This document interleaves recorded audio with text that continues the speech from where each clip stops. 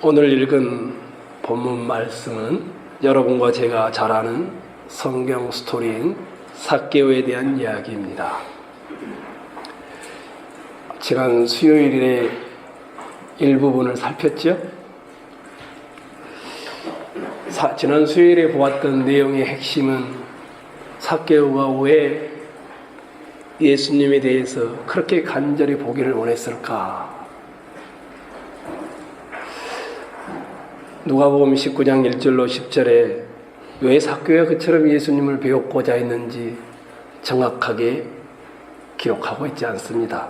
그러나 예수님께서 그에게 내가 오늘 내 집에 유하여야 하겠다 이렇게 말씀하는 것, 또 이 말씀을 듣고 기뻐하면서 예수님을 잠깐 보는 게 아니라 자기 집으로 모셔드리는 것, 이런 것들을 보면 그가 얼마나 예수님을 간절히 뵙고자 했는지를 확인할 수 있습니다.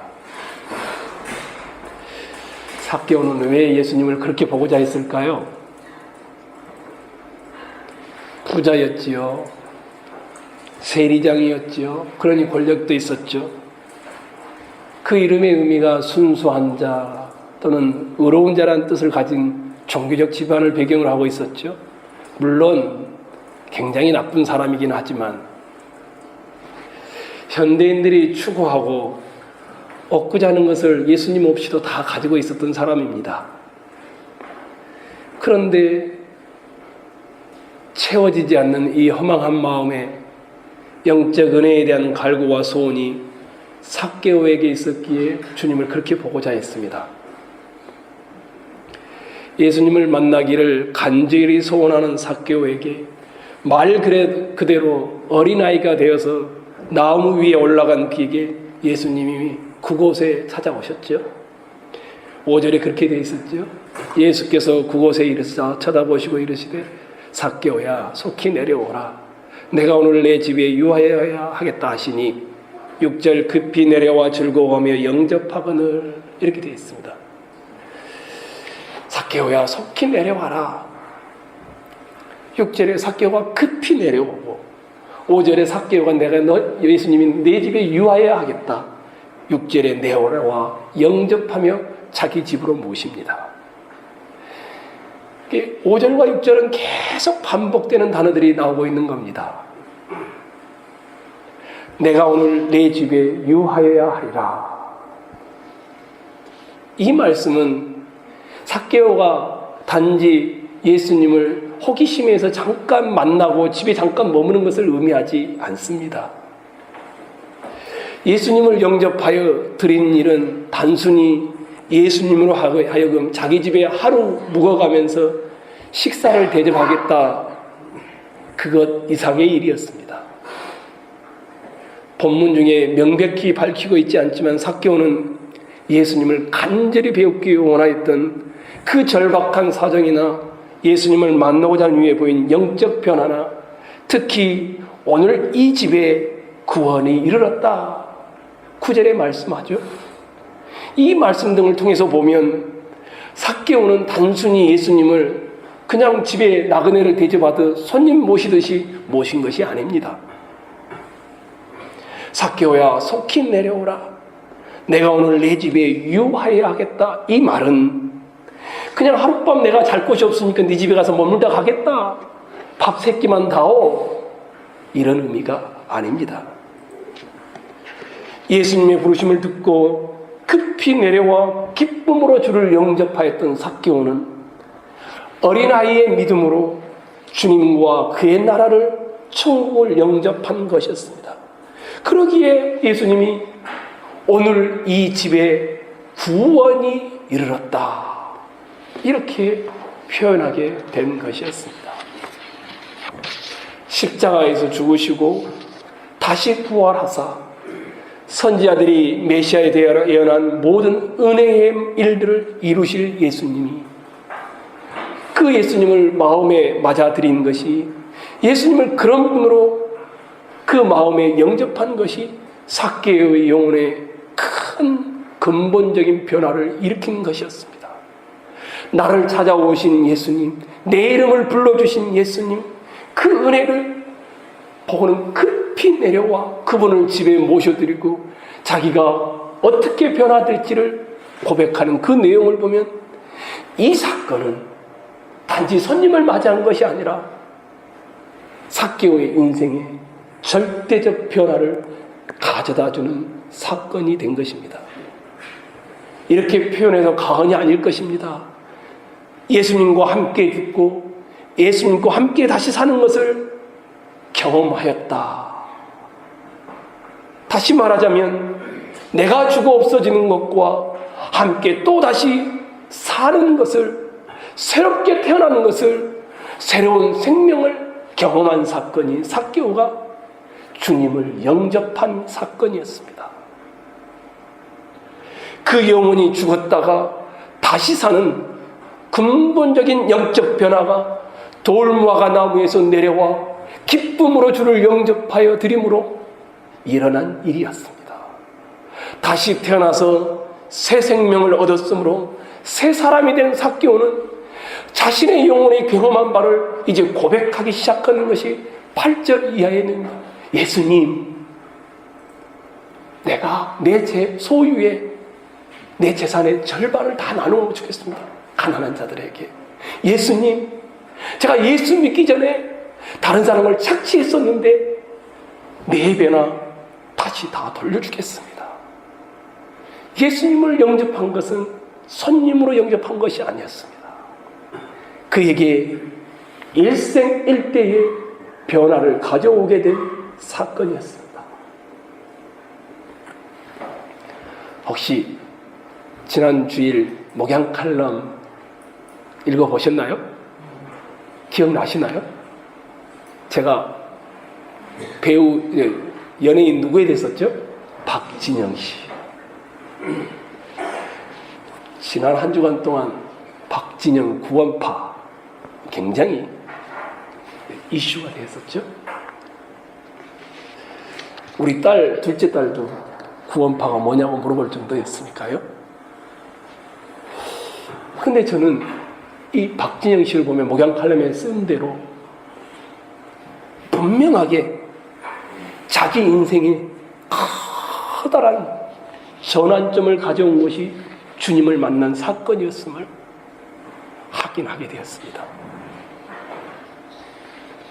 그처럼 미국을 돌아다니면서 자기에게는 운이라고 생각되는 것들이 다 벌어지는 현장을 보면서 이건 운이라고 말할 수 없다. 그러면서 창조주 하나님을 찾게 되었고 그가 고민하고 찾고 찾는 중에 주님을 만난 사건이었습니다. 복음은 누구에게나 커다란 사건입니다. 삭개오에게도 그 박진영 씨에게도 그리고 여기에 있는 여러분과 저에게도 우리 인생의 커다란 전환점입니다.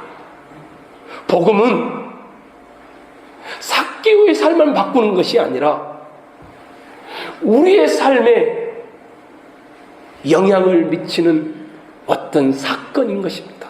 소식인 것입니다. 여러분은 어떻습니까?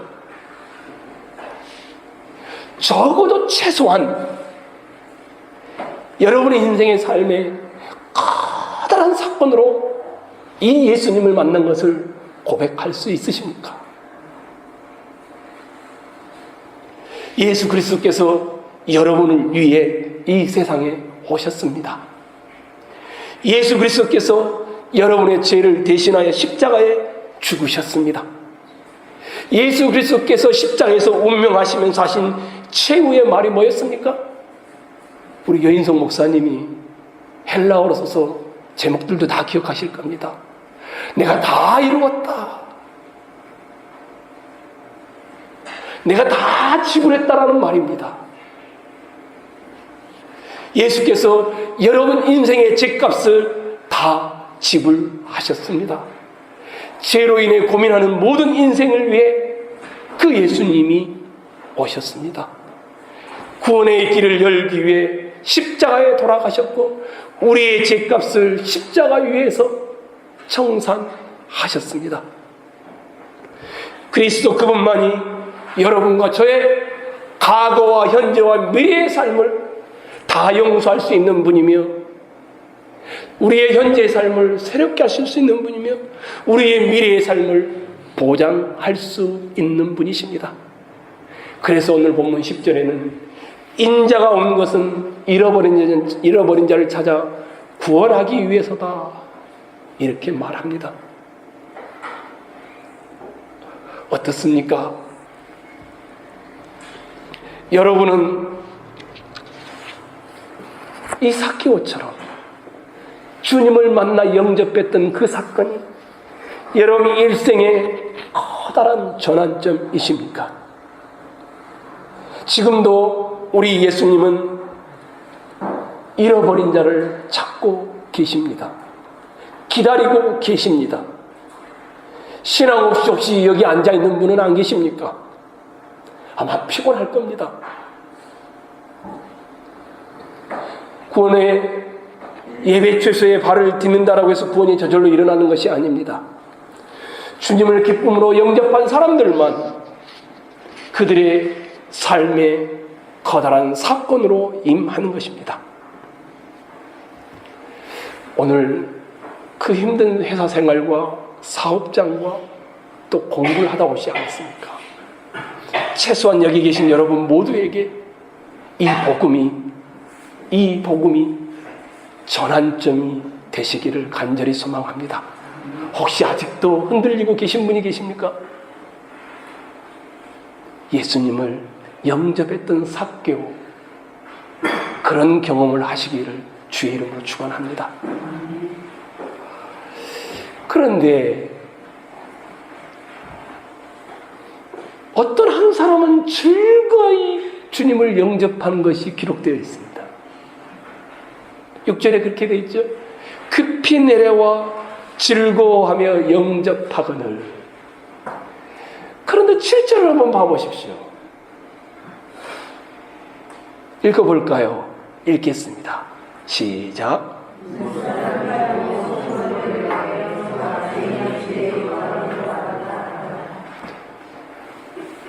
6절과 7절은 딱 두 구절만 놓고 보면 굉장히 대조적입니다.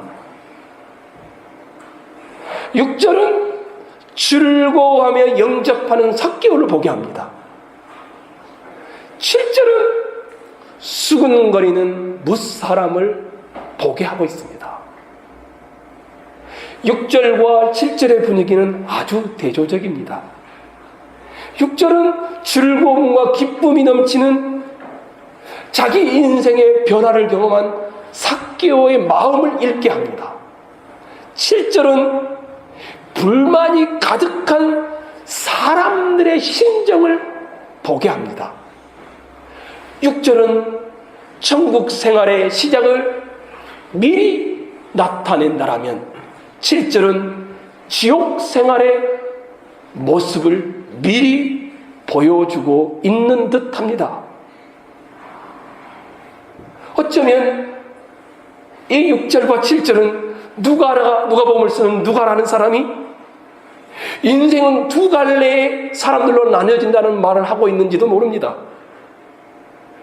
똑같은 땅에 사는데 어떤 사람은 천국의 기쁨을 맛보며 살아가는 사람이 있을 수 있습니다.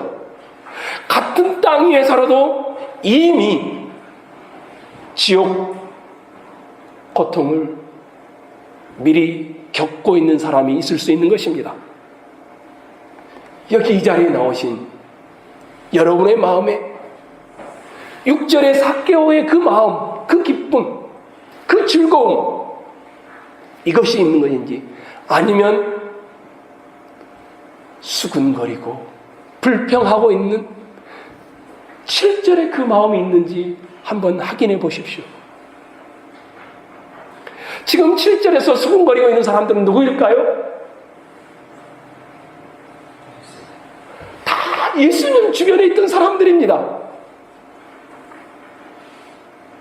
어쩌면 삭개오를 잘 아는 여리고 동네라는 사람들일 것이고, 예수님과 함께 예루살렘을 향해 순례의 길을 걷는 유월절을 지키기 위해 걷고 있는 유월절 잔치에 참여하려는 종교적인 사람들입니다. 계명의 요구에 따라 살려고 하는 열심 있는 종교인일 것입니다. 그런데 그들의 마음을 볼 수 있습니다. 불평불만으로 가득해 있습니다. 무엇 때문에 이들은 불평불만하고 있을까요? 저가 예수님입니다. 죄인의 집에 유하러 들어갔도다. 이것 때문이었습니다. 예수님이 죄인의 집에 들어감을 이들은 허용할 수가 없었습니다. 이들의 가치관으로는 예수님의 행동을 받아들이기가 너무 어려웠습니다. 성도 여러분, 예수님이 죄인을 찾아오신 것은 정말 감격스러운 일 아닙니까? 예수 그리스도 우리 주님께서 죄인과 거처를 함께 한다는 것은 은혜로운 장면이 아닙니까? 구주 되신 우리 주님이 죄인에 가시는 만큼 이 세상에 은혜로운 일이 어디 있겠습니까? 분명히 예수님이 건강한 자에게는 의원이 쓸데없고 병든 자에게라 쓸데있나니 내가 의인을 부르러 온 것이 아니요 죄인을 불러 회개시키러 왔노라 하지 않았습니까? 지난 주일에 어느 한 선교사님이 오셔서 말씀을 전했죠. 죄인 하나가 회개하면 어떻다고요? 하늘에서 회개할 것이 없는 의인 99을 인하여 기뻐하는 것보다 더 기뻐하리라.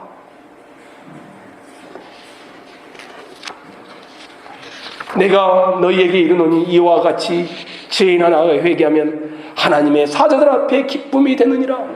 누가복음 15장에 나오는 말씀입니다. 삭개오가 즐거워하며 예수님을 영접하는 순간 어쩌면 하늘에 교향곡이 울려 퍼졌을 것입니다. 하늘의 천사들이 노래하는 순간이었습니다. 그런데 그 순간에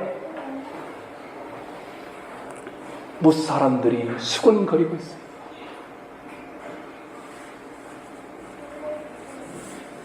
마치 이 사람들은 탕자가 돌아온 자기 동생이 돌아온 것을 불평했던 그녀와 똑같습니다.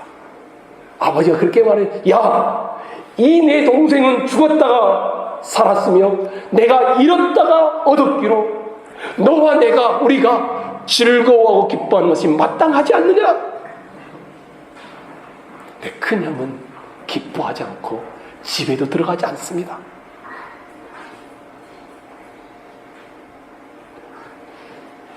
여러분, 구원의 기쁨으로 즐거워하는 자들을 만날 때 함께 기뻐하시나요? 아니면 별나게 예수를 믿는다라고 수군거리지 않습니까? 저는 예수님이 가장 싫어하는 것 중에 하나가 종교인이라고 생각합니다. 예수님이 가장 욕을 많이 하는 부류가 가장 종교적이었던 서기관과 바리새인들. 마태복음 23장에 몇 번 욕을 합니까? 무려 7번씩. 화 있을진즉 외식하는 서기관들과 바리새인들이요. 이렇게 수군거리는 것은 신자의 특징이 아닙니다.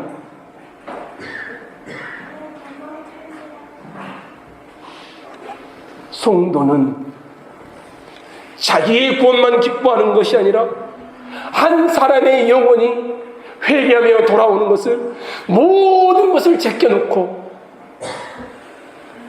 기뻐하는 것입니다. 불평 대신에 아버지의 그 기쁨의 마음을 나누는 것입니다.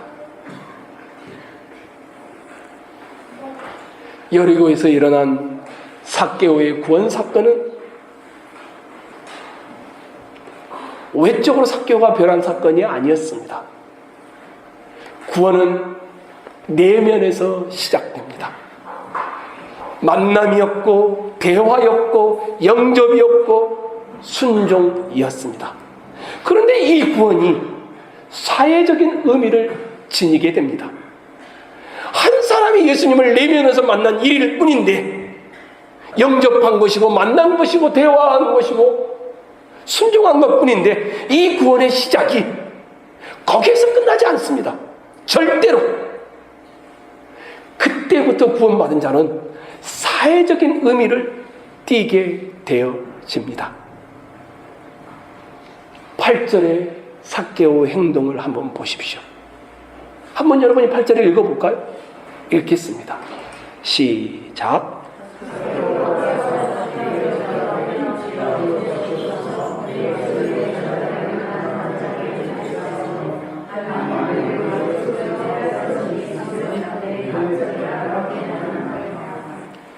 아주 명백합니다. 하나님과 자기와의 관계가 회복되어지면 이 구원을 받은 사람은 옆에 있는 사람들과의 관계가 새로워질 수밖에 없습니다. 그렇지 않습니까? 삭개오가 주님을 만나는 순간 8절에 내 소유의 절반을 하나님 예배당을 짓는 데 바치겠습니다, 이렇게 하지 않습니다. 내 소유의 절반을 선교하는 데 바치겠습니다, 이렇게 하지도 않습니다. 가난한 자들에게 나누어 주겠습니다. 만일 누구의 것을 속여 빼앗은 일이 있으면 율법보다 더하여 내가 되갚겠습니다, 이렇게 표현하고 있습니다. 무엇이 삭개오를 이렇게 바꿔놓았을까요? 그냥 여러분 연우 목사님이 말하는 것처럼 예배당을 위해 여러분이 집을 팔고 전세로 하고 교회 헌금하고 이런 것을 강요하는 것이 아닙니다. 무엇이 삭개오를 이렇게 바뀌어놨을까요? 주님은 헌금하라는 말을 한 번도 한 적이 없습니다. 6절의 행문 봐보십시오. 6절입니다. 마지막 단어가 뭡니까? 영접하거늘. 받아들인 겁니다. 주님을. 8절을 봐보십시오.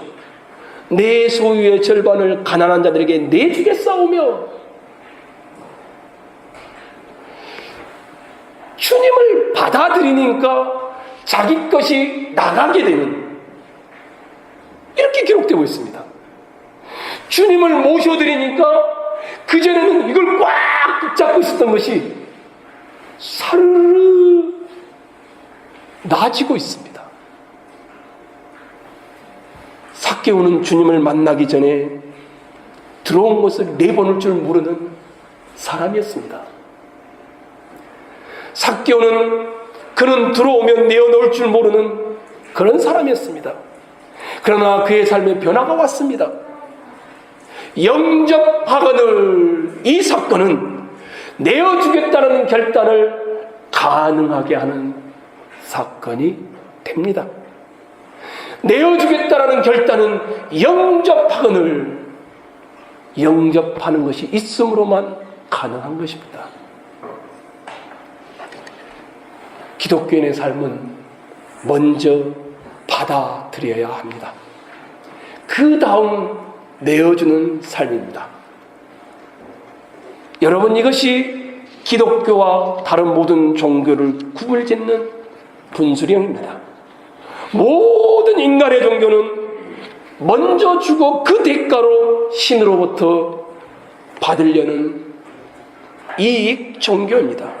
드리는 만큼 신의 축복을 받을 것이라 생각합니다. 이것은 세상 종교입니다. 기독교가 아닙니다. 기독교는 내가 드리니까 하나님이 더 많이 주실 것이다, 이런 종교가 아닙니다. 기독교는 먼저 받아들인 다음에 내어 놓습니다. 먼저 예수 그리스도 그분을 받아들인 것 때문에, 그 즐거움과 감격 때문에 그 사람의 속에서 받아 내어놓는 종교인 것입니다. 교회 안에 많은 목회와 사람들이 반대로 신앙생활하죠. 거꾸로 신앙생활하죠. 교회당에 나오고 있지만 절에 나가는 것과 다를 바가 없습니다. 내가 10만 원을 헌금하고 1000만 원을 헌금하면 주님이 10만 원어치 복을 주든지 1000만 원어치 복을 주든지 아니면 100배를 주든지 이렇게 생각합니다. 이것은 세상 종교의 계산법입니다. 지극정성을 다하여 주님께 쏟으면 주님이 감동하여서 하늘문을 여시고 복을 주실 것이다. 이것 자체는 기독교가 아닙니다. 기독교의 하나님은 온 우주를 창조하신 분입니다. 무엇이 부족한 것처럼 사람의 손으로 섬김을 받으시는 분이 아닙니다. 만민에게 생명과 호흡과 만물을 친히 주시고 주관하시고 다스리시고 인도하시는 분입니다. 우리를 사랑하신 그분이 자기의 유일한 독생자 아들까지 내어놓으신 분이십니다. 우리가 벌받을 자리에 자기 아들을 대신했던 분이 그분이십니다. 아들까지 아니하신 분이 우리를 위하여 무엇을 아끼겠습니까? 기독교인의 삶은 나를 위해 하나님의 독생자까지 아끼지 아니하셔 내어주신 그 하나님의 사랑에 감사하여 받아들였으니까 내어놓는 삶이 되어지는 것입니다. 혹시 제발 받을 축복을 노리고 헌금하는 분이 계십니까? 그러지 마십시오. 지극한 정성을 들여서 하나님을 감동시키는 것은 삼신 할머니께도 하는 일입니다. 이미 받은 주님을 받아들인 그 은혜에 감격하여 쉬고 있던 것을 놓는 것이 우리의 삶입니다. 모든 신자들은 그러기에 주님을 영접했다면 자기 것을 내어놓기 시작하는 것입니다. 받아들인 것을 인식하는 성도들은 누구든지 줄 수 있는 자가 되는 것입니다. 무엇을 삭개오가 받아들였는지 아시지요? 누구를 삭개오가 받아들였고 영접했는지 아시죠? 그러니까 삭개오가 내 소유의 절반을 가난한 자들에게 내어주겠다라고 하고 있는 것입니다. 이 삭개오가 이해가 되는 것입니다. 왜냐하면 자기가 가지고 있는 권력보다 자기가 가지고 있는 재산보다 훨씬 더 가치 있는 것을 받아들였기 때문에 그 은혜에 감동하여 내어놓을 수 있는 것입니다. 그리스도를 영접했는지를 기억한다면 여러분은 그 마음이 한없이 넓어질 수 있습니다. 재산의 반이 엄청나 보이지 않습니까? 자기 재산의 반인데 게다가 부자였으니 재물의 애착에서 해방된 삭개오의 이 모습, 어쩌면 이 삭개오는 그 전까지 재물을 모으고 긁기 위하여 자기 종교적인 집안의 배경을 다 멀리하고 매몰찬 사람이 되어 세리라는 비난을 받으면서도 낯뜨거운 사람들의 눈총을 아랑 못하지 않고 살아왔던 사람이었을 겁니다. 그랬던 그가 주님을 받아들이니까 그렇게 인생의 목표로 삼았던 재물을 내어놓습니다.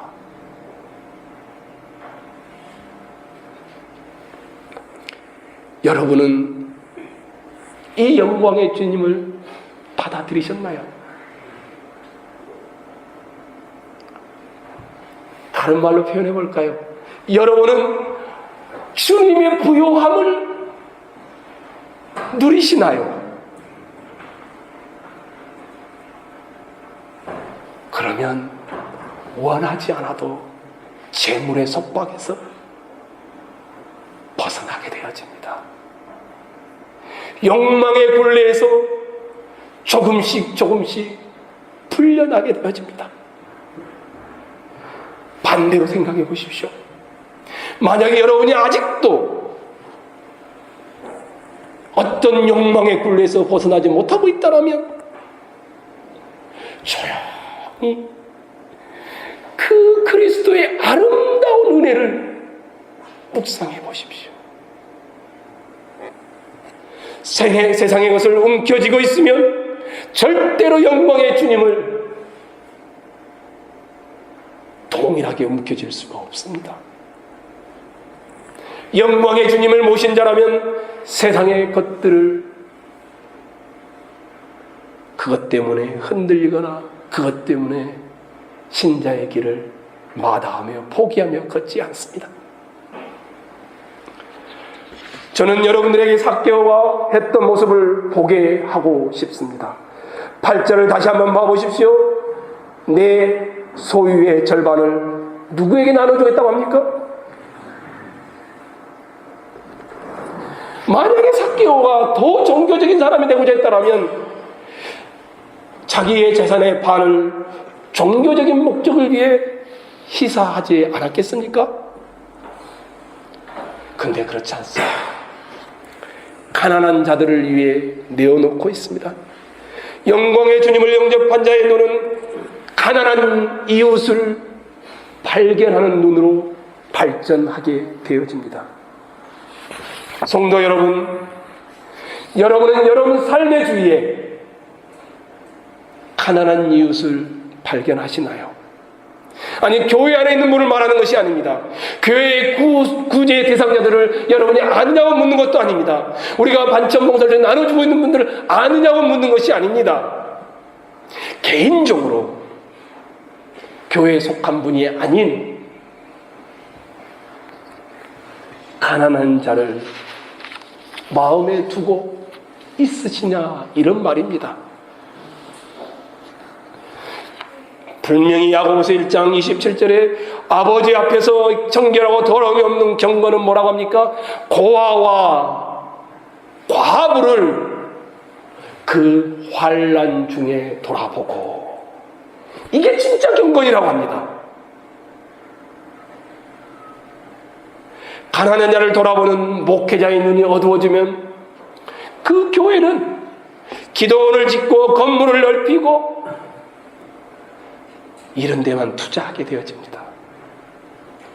가난한 이웃을 향한 눈이 멀어지면 그 교회는 통장을 만들고 또 만들고 교회에 배부르는데 열심을 내게 되어집니다. 하나님을 만난 자들은 그 눈이 가난한 이웃을 향하여 열리게 되어 있습니다. 눈을 감고 귀를 막고 내 재산만 늘리려는 자들은 신자의 길을 아직 모르는 것입니다. 하나님을 마음과 뜻과 힘과 정성을 다해 사랑하는 이들은 이웃을 동일하게 자기 자신처럼 사랑하려는 몸부림으로 나아가게 되어집니다. 좀 더 구체적으로 물어볼까요, 성도 여러분? 여러분의 수입 중에 가난한 자들을 위해 얼마를 쓰고 계시나요? 여러분의 시간 중에 얼마를 가난한 자들에게 사용하고 계시나요? 심지어 교회 안에 형제 자매라 불리는 사람 중에 물질적 어려움, 이런 자들을 발견했을 때 여러분은 그 아픔에 어떻게 동참하고 계시나요?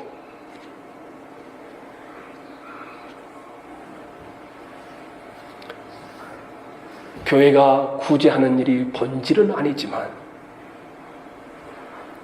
1000명의 예배자, 복지관을 건립하고 예배당을 넓히는 일보다 하나님의 눈으로 가난한 자를 쳐다보는 것이 교회가 하나님의 뜻을 이 세상 앞에 드러내는 길임을 저는 믿습니다. 빌레몬서에 보면은 이런 표현이 등장합니다. 형제여, 성도들의 마음이 너로 말미암아 평안함을 얻었으니 내가 너의 사랑으로 많은 기쁨과 위로를 얻었노라. 빌레몬이라는 한 형제 때문에 성도들의 마음이 평안해졌다. 이 한 형제가 섬기고 비록 주인에게서 도망쳐 나와서 살았지만 그 와중에 주님을 만나 그때부터 변화되어 교회의 성도들을 섬김으로 성도들이 평안했다는 사도 바울이 그 소식을 듣고 빌레몬을 향하여 쓰는 편지에는 내가 너의 사랑으로 많은 기쁨과 위로를 얻었노라. 저는 저희 교회 안에 이 빌레몬과 같은 분들이 많아지기를 소망합니다. 오른손이 하는 일을 왼손이 모르게 한 지체의 사랑과 섬김으로 위로와 평안이 성도들 가정에 주어지기를 간절히 소망합니다. 혹시 여러분 중에 물질이 없는 분이 계십니까? 걱정하지 마십시오. 꼭 물질로만 옆 사람 위에 나눠줄 수 있는 것은 아닙니다.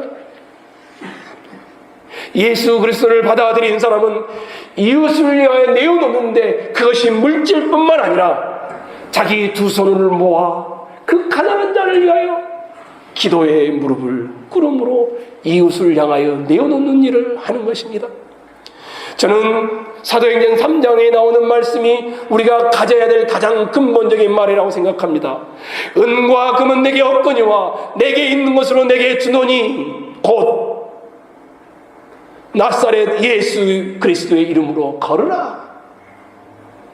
은과 금은 소유했으나 능력을 상실한 오늘 한국교회의 모습보다는 은과 금은 없지만 예수 그리스도를 이웃에게 나누어 줄 수 있는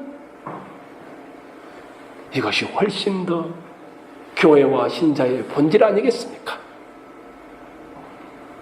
우리 교회가 두 손을 모아 가난한 자를 섬겼으면 좋겠습니다. 입술과 인격과 성품으로 이웃들에게 예수 그리스도를 나누어 주었으면 좋겠습니다. 왜냐하면 예수 그리스도를 받아들였기 때문입니다. 이 삭개오의 고백도에 또 하나 보게 되는 것이 있습니다. 다시 8절을 한번 봐보십시오. 8절 한번 읽어볼까요? 읽겠습니다. 시작.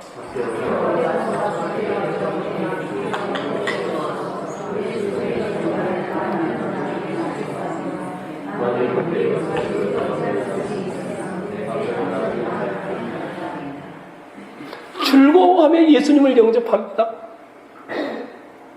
근데 사람들이, 순례자들이, 유월절을 지키려고 하는 사람들, 여러교회 아는 사람들이 수근거리면서 불평불만을 품습니다. 삭개오는 아마 그 수근거리는 소리를 듣지 않았겠습니까? 자기의 죄가 무엇인지 삭개오는 이미 알고 있지 않겠습니까?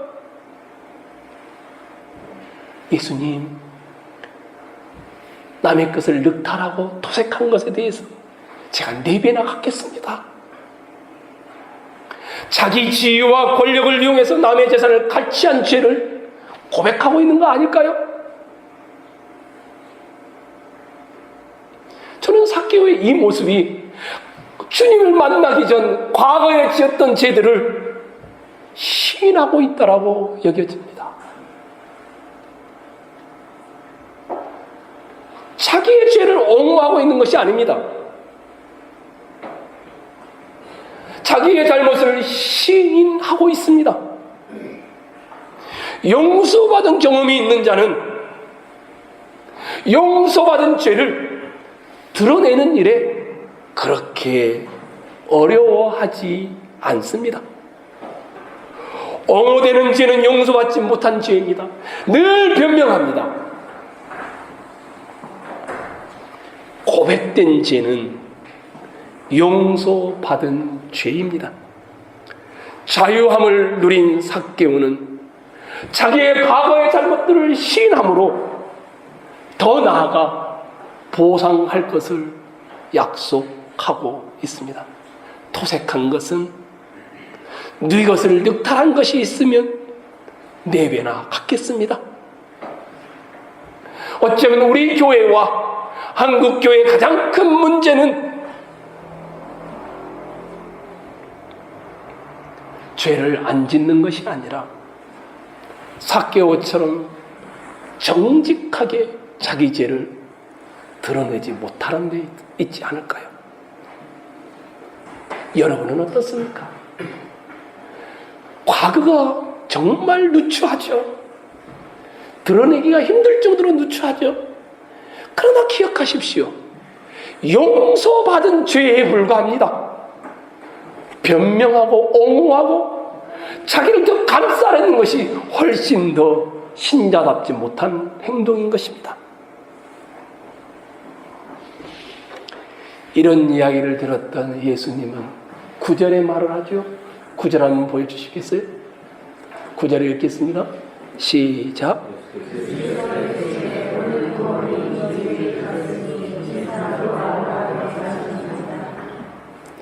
영생은 언제부터 시작될까요? 하나님의 나라는 언제부터 시작될까요? 9절 다시 한번 보겠습니다. 어디에 나왔습니까?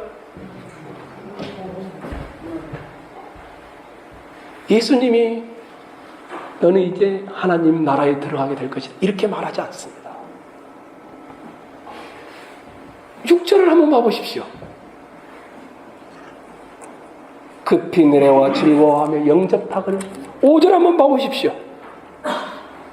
삭개오야 속히 내려오라. 그 다음에 뭐랍니까? 내가 언제? 오늘 내 집에 유하였다 하게 하시니 9절에서 오늘 구원이 이 집에 이르렀으니 이 사람도 아브라함의 자손이로다. 하나님의 나라는 죽은 다음에 시작됩니까?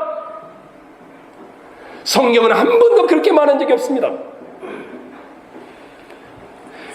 구원은, 하나님의 나라인 천국은, 영생은 주님을 즐거워하며 영접하는 오늘 그 순간부터 시작되어집니다. 그래서 영원으로 이어지는 것입니다. 하나님의 나라는 오늘 내 마음속에 임해야 하며 이 마음속에서부터 시작되어집니다. 그래서 성경은 항상 구원과 관련해서 오늘이라는 단어를 중요시합니다. 오늘날 너희가 그의 음성을 듣거든 노하심을 격동하여 광야에서 시험하던 때와 같이 너희 마음을 강팍해 하지 말라.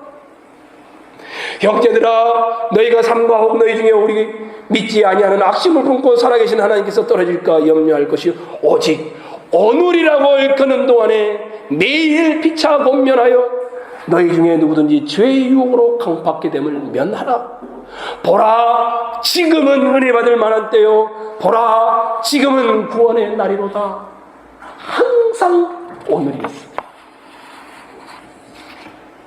지금 여러분은 하나님과 더불어 바른 관계를 맺고 있나요? 하나님과 여러분 사이에 풀어야 할 매듭은 지금 오늘 없나요? 사소한 매듭이라도 푸는 것이 예배의 자리에 은혜를 누리는 길입니다. 내 양심 속에 꺼리는 것이 어떤 형제와 자매의 관계의 문제 정도로 끝나지 않습니다. 하나님과의 관계를 막습니다. 지금 여러분은 그리스도 안에 기쁨을 소유하지 못하게 한다면 그것은 분명 죄일 것입니다.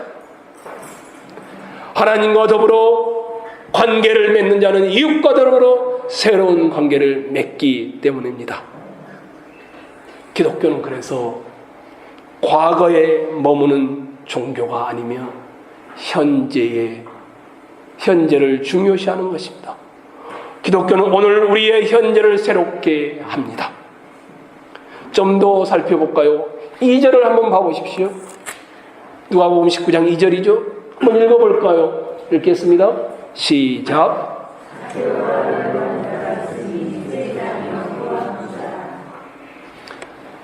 이거는 어느 때입니까? 예수를 만나기 전에 삭개오입니다. 원래 시제를 잘 넣어서 읽으면 이런 표현입니다. 삭개오라 이름하는 자가 있었으니 세리장이었고 부자였습니다. 시제를 넣자면 이런 것입니다. 그리고 9절을 한번 와보십시오. 과거에는 부자였고 세리장이었고 이름이 삭개오였었는데 오늘 구원이 이 집에 이르렀으니 이 사람도 아브라함의, 여기는 현재입니다. 2절은 과거이며 9절은 현재인 것입니다.